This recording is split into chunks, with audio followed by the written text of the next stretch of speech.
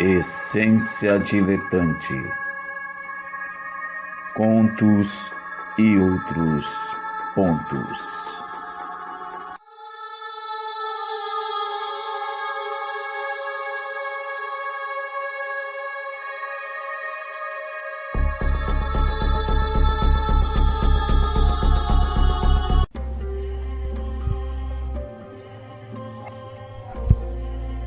A última vez que estive em Amsterdã foi quando ainda era humana e estudava em Lisboa. Fiquei apenas alguns dias, mas lembro-me bem de uma festa que fui aos arredores da cidade. Aconteceu de tudo naquela noite libertina e me permiti experimentar todos os prazeres que me foram oferecidos. Meu pai certamente teria um ataque de apoplexia se soubesse das coisas que fiz. Mas não me importei com isso. De algum modo, intuía que meus dias de alegre libertinagem estavam no fim, como de fato aconteceu. Não havia naquela época a variedade de drogas alucinógenas que tem hoje, mas o consumo de haxixe e ópio já era razoavelmente difundido pelos mercadores do Oriente. Já os havia experimentado em Paris, entre um cálice e outro de absinto. Então, o que rolou na noite de Amsterdã já me era familiar e aproveitei o quanto pude. Hoje já não consumo drogas, não de forma direta. Embora aprecie o efeito de algumas delas, deixei minhas experiências com alucinógenos por conta do acaso, quando bebo o sangue de alguma vítima já drogada. Porém, isso não é uma escolha muito sábia, eu confesso. Meu metabolismo não reage bem a drogas sintéticas, dessas que rolam nas raves. O efeito é pior ainda do que o causado por bebidas destiladas. Costumo ficar muito louca e o resultado disso é imprevisível e ruim para quem, como eu, quer manter sua existência oculta aos olhos humanos. Esta é uma boa razão para evitá-las, mas Amsterdã costumava a ser o paraíso da transgressão, e eu estava pronta para meter o pé na jaca, como dizem por aí. Com efeito, isso aconteceu alguns dias antes de eu decidir voltar para o Brasil, após o exílio que me autoimpus. Eu encontrei no Dankring um coffee shop que oferecia haxixe da melhor qualidade e numa variedade que não era encontrada em nenhum outro lugar. Seu nome era Ekaterina e eu a vi caminhar em minha direção, por entre a fumaça e a luz difusa e bruxuleante das velas que iluminavam o salão. Dizer que ela caminhava não reflete bem o que eu via. A garota parecia flutuar, como eu fazia ao me elevar com o auxílio das correntes de ar ascendente. Só que ali não havia correntes de ar, e ela possuía um aspecto sobrenatural.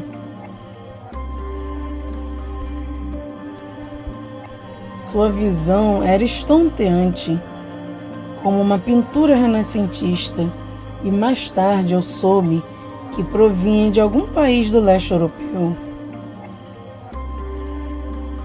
Olá! Ela me saudou com um inglês com forte sotaque. Eu respondi ao seu sorriso e a convidei para sentar. Eu estava curiosa, pois ela parecia estar me esperando. Eu tenho visto você por aqui ocasionalmente, ela explicou, depois de se apresentar. Em todas, estava sozinha no bar, mas saía sempre bem acompanhada. Ela dizia. Aquele comentário me deixou em guarda. Eu havia ido ao Dankring como em outros coffee shops, para escolher minhas presas. Felizmente, eu as atraía para o meu refúgio, longe dali, mas julgava que havia sido suficientemente cuidadosa. Você estava me vigiando? Ela riu da minha pergunta. Tinha os dentes imaculadamente brancos, dentes de predador. Não. Você é uma mulher que chama atenção em qualquer lugar. Não sabia? Tenho uma vaga ideia disso, mas geralmente são os homens que me notam, respondi. Mulheres também, não se engane. Você é bonita o suficiente para agradar gregos e troianos. Ela retrucou com uma expressão maliciosa estampada no olhar. Você também. Há algo diferente em você. Diferente? Disse ela. Sim, mas eu não consigo definir racionalmente. Eu apenas sinto que você tem algo mais, além do que vejo. Há em você alguma coisa que me atrai. Ela pareceu gostar do que ouviu e me brindou com outro sorriso estonteante. Sua tez branca emoldurava uma boca vermelha e carnuda. Mas o que eu mais me impressionava era a força do seu olhar. Seus olhos eram castanhos escuros que refletiam a chama das velas, que iluminavam o salão. Se não fosse uma ideia absurda, eu poderia pensar que ela estava tentando me dominar. Não que isso me preocupasse, mas fiquei mais atenta. Depois de 2 séculos existindo nas sombras, se adquire experiência suficiente para esperar todo tipo de imprevisto. Mas não era esse o caso. Depois de uns poucos minutos, percebi que ela estava com um estado de consciência alterado. Provavelmente tinha exagerado no consumo de space cakes, um tipo de bolinho recheado de maconha que serviam aqui. O efeito costumava ser devastador para os desavisados. O que está bebendo? Ela perguntou enquanto eu imaginava o quanto de cannabis já estava em sua corrente sanguínea. Estou bebendo Vesper. Ah, o coquetel preferido do James Bond, ela disse enquanto pousava suavemente sua mão sobre a minha. Sério? Ela ri de minha reação. Como é linda! Sim, diz a lenda que esse coquetel foi criado pelo próprio Ian Fleming. Acho que vou querer um também. Eu simplesmente adoro essa bebida. Eu não ouvi direito o que ela falava. Naquele momento, tudo o que eu conseguia era me concentrar na sensação de seu toque e no que ele me provocava. Ela conseguiu atiçar todos os demônios do desejo que haviam em mim. A noite correu suave e solta.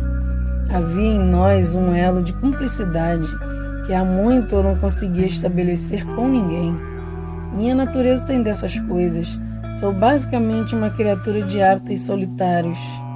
E gosto disso. Na maioria das vezes, mas nesta noite não. Meio que tomada de surpresa, eu percebi que a queria de modo especial. Não apenas por uma noite.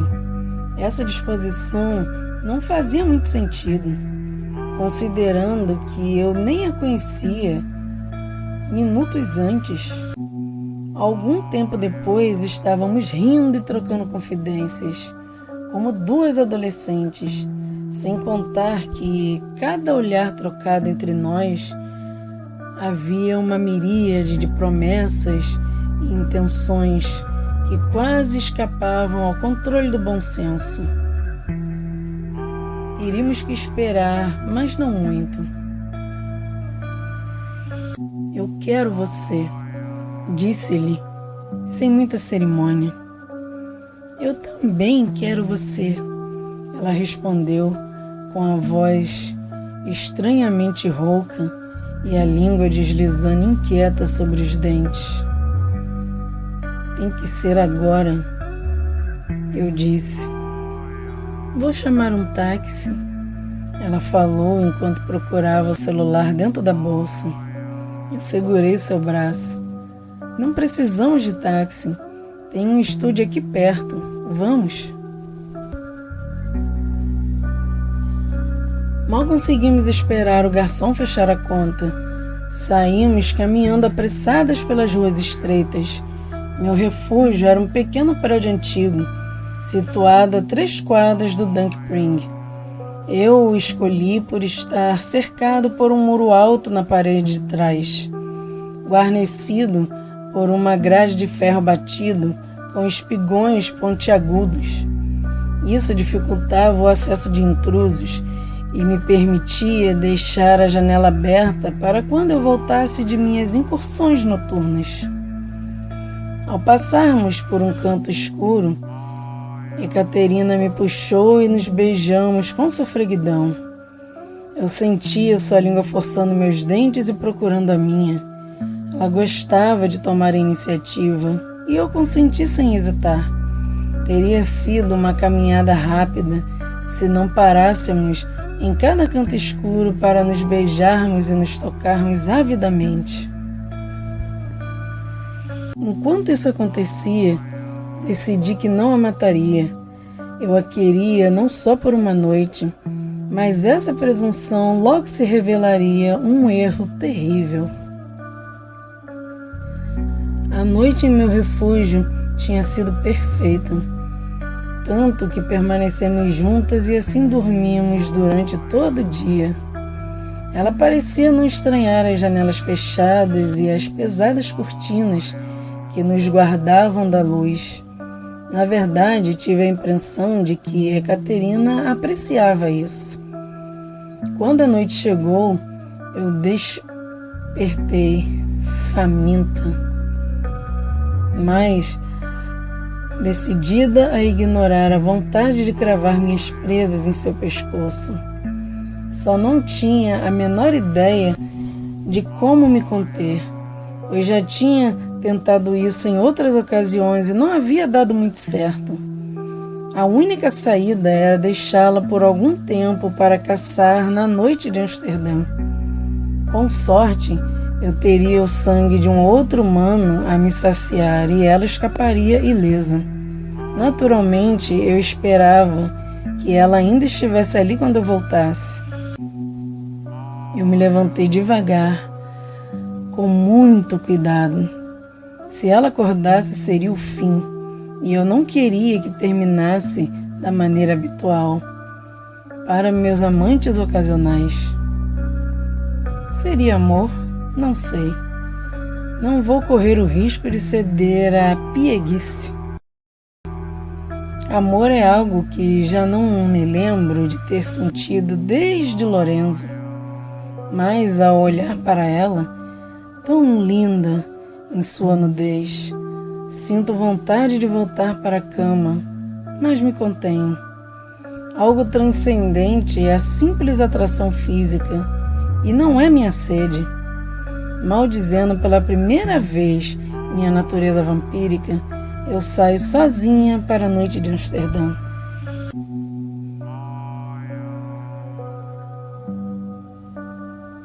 Uma hora se passou. Já saciada, eu voltei para o meu refúgio. Antes de chegar, me perguntei se ela ainda estaria lá, e mal contive a ansiedade. No céu estrelado, a lua cheia parecia zombar de minha agonia, mas não liguei a mínima. A lua não tinha Ekaterina. Ao pairar acima do sobrado, percebi que a janela estava aberta, mas tudo estava às escuras quando me deixei deslizar pelo parapeito. O apartamento parecia estar vazio e isso deixava um travo amargo em minha boca. Não mais, eu pensei, quando ouvi o rosnado atrás de mim. Tentei me virar, mas o golpe que me atirou contra a parede foi mais rápido. Quando minhas pupilas se acostumaram à escuridão, eu vi a coisa. Era uma visão dantesca, mesmo para mim. Somente depois de alguns segundos reconheci a Caterina.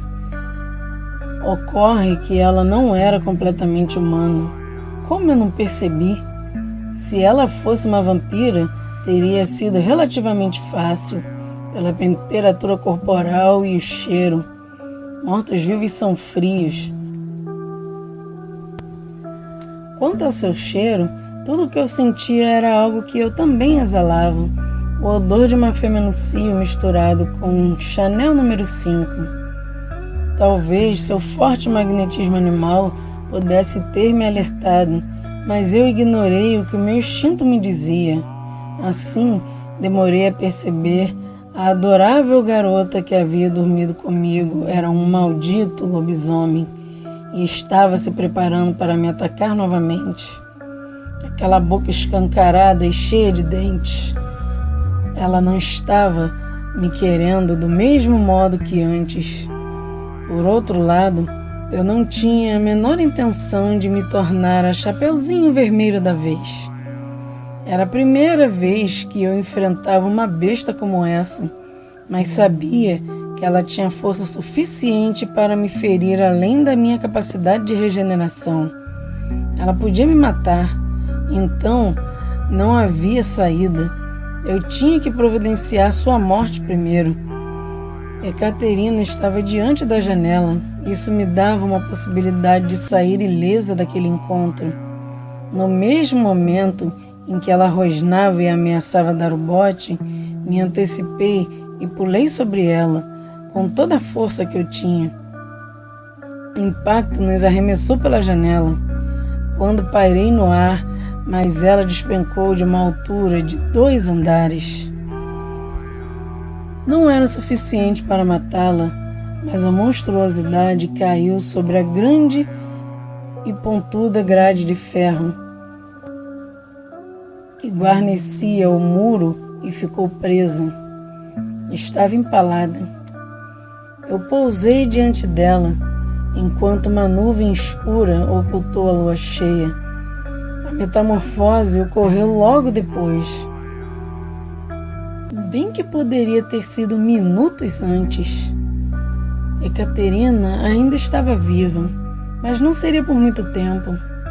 Procurei não pensar muito sobre o que ia fazer e me preparei para arrancar-lhe o coração.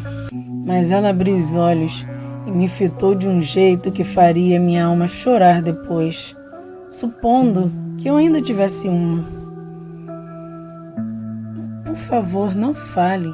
Vou tirá-la daí e você poderá se recuperar, Ekaterina. Não, faça o que tem de fazer. Não, você não me peça isso, por favor. É preciso. Por favor, me liberte da besta. Só então compreendi o que ela queria. Sua intenção não era realmente me atacar, mas provocar meu instinto de autodefesa. Você já sabia o que eu sou, não sabia? Você me usou para se matar, acusei ressentida. Por isso veio até mim. Ela conseguiu esboçar um sorriso tão triste e pegou minha mão. Não seja boba. Essa ideia me ocorreu depois, aos poucos. Não subestime seus encantos. Ontem eu queria realmente você e me aproximei por isso. Agora faça, por favor, antes que o brilho da lua retorne.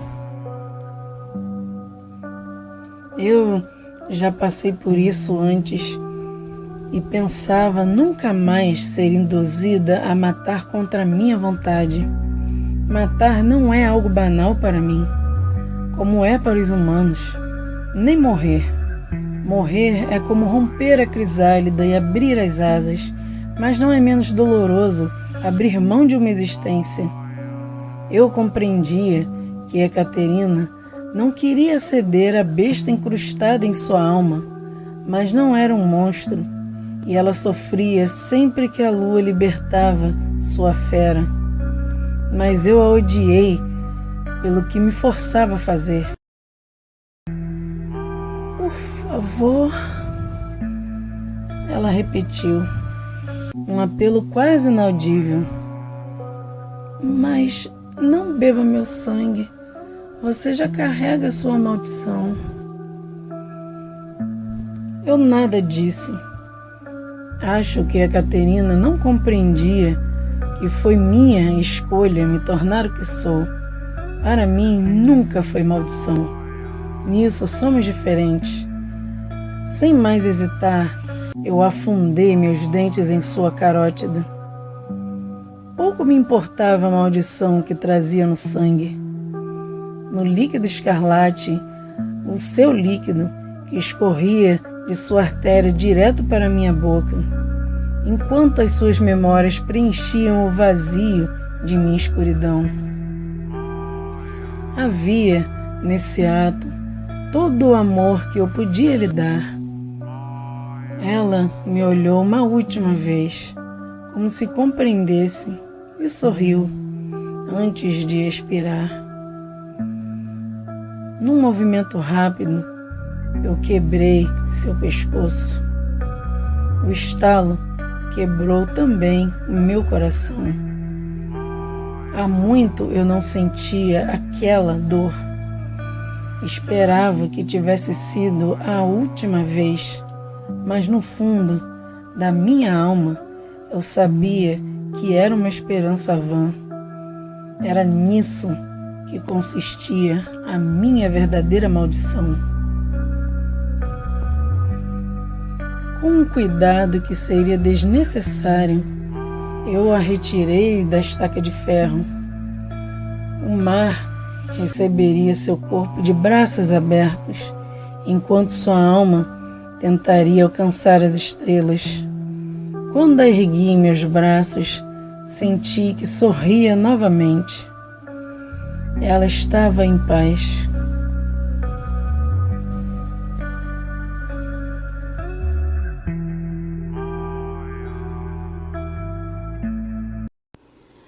Saudações, diletantes! Então, a nossa história de hoje, narrada aqui no canal, é antes de um conto, um capítulo cedido a nós pelo autor Gilmar Milesi, um capítulo do livro dele chamado Lilith, Noite Adentro, que é sobre a história dessa vampira transformada no século XIX.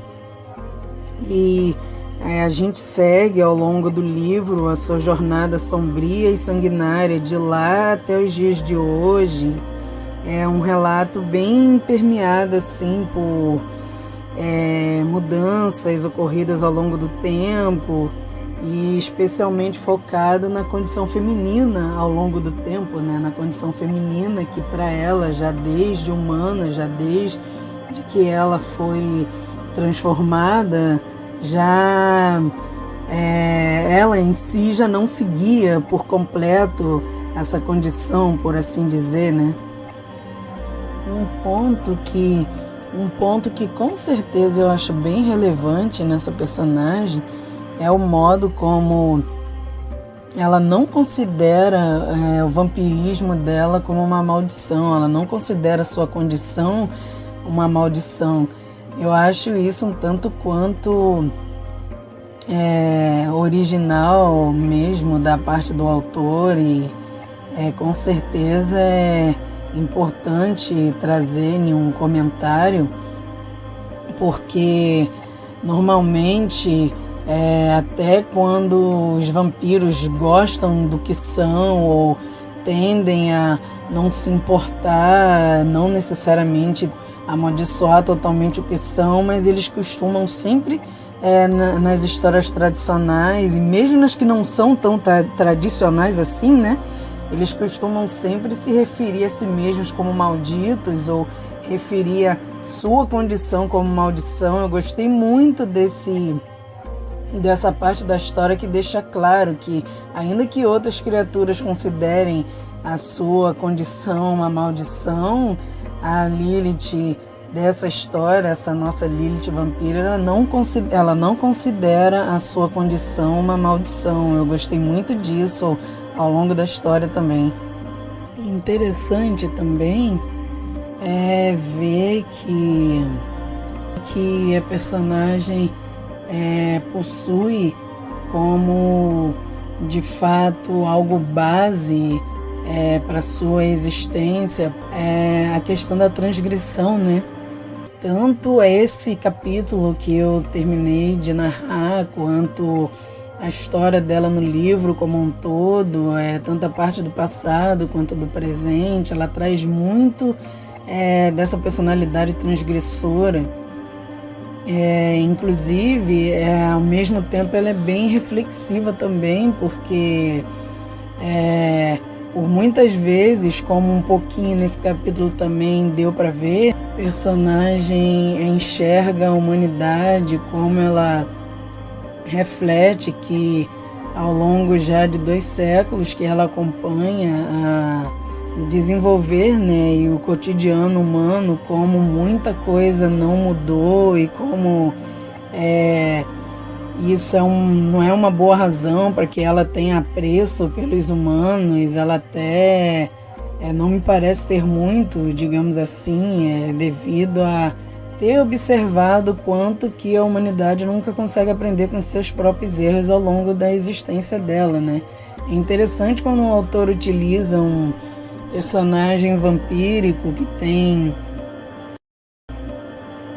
mais de um século de existência, no caso da Lilith aqui 2, para exatamente observar isso, né? Para exatamente refletir como ao longo da história humana parece que as coisas vão sempre se repetindo e de uma maneira não muito auspiciosa, digamos assim.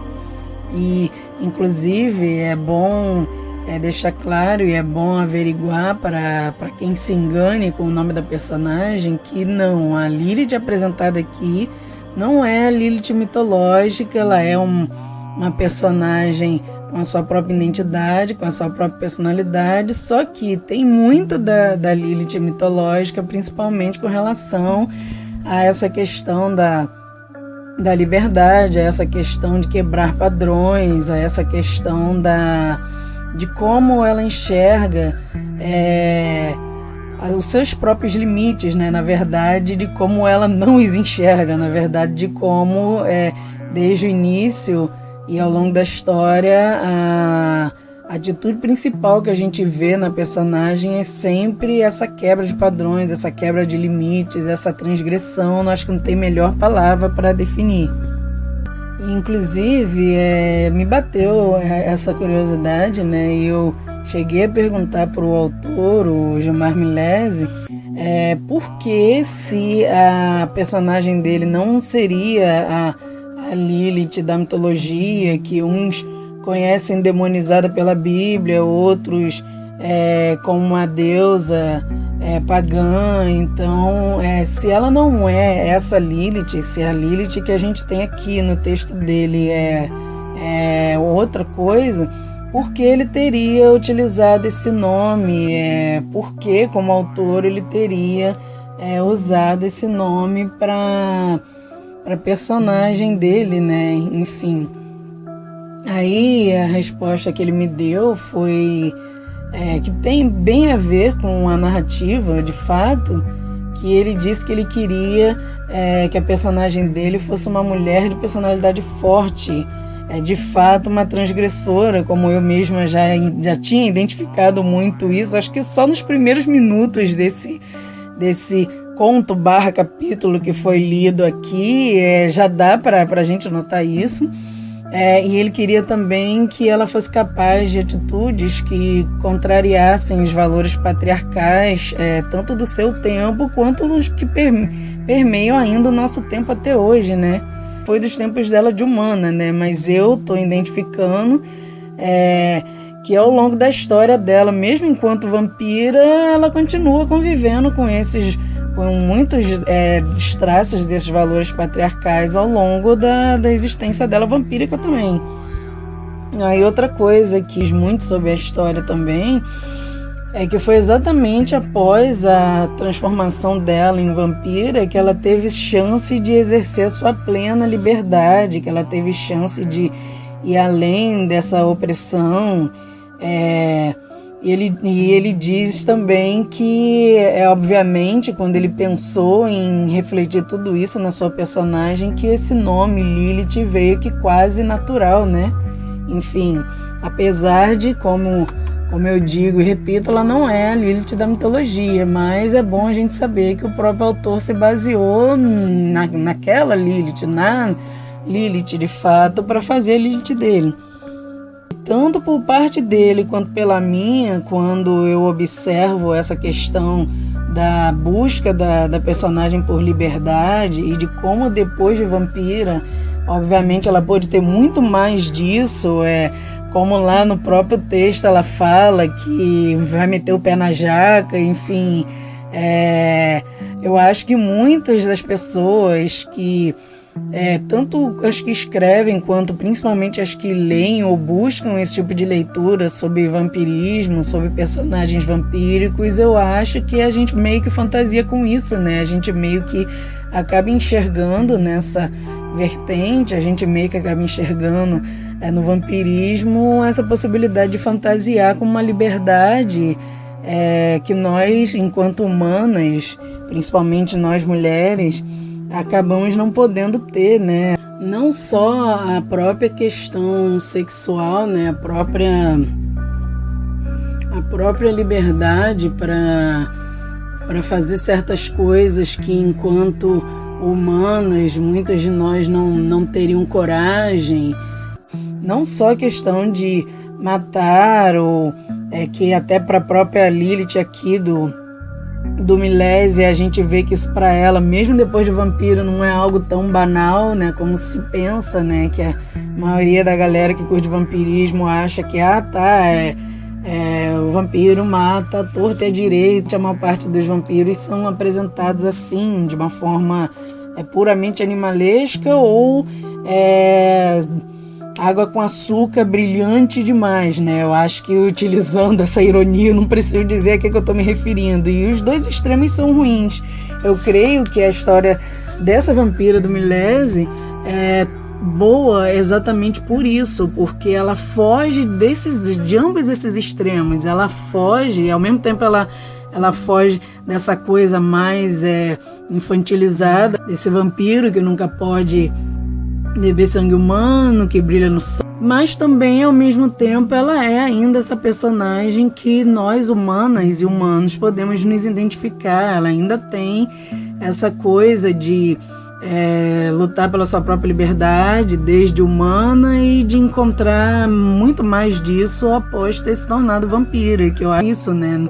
O vampiro enquanto símbolo maior de transgressão, enquanto tendo liberdade para fazer coisas que os humanos não têm, e é isso mesmo, e é bem isso que vocês vão encontrar na Lilith Noite Adentro do Milésio.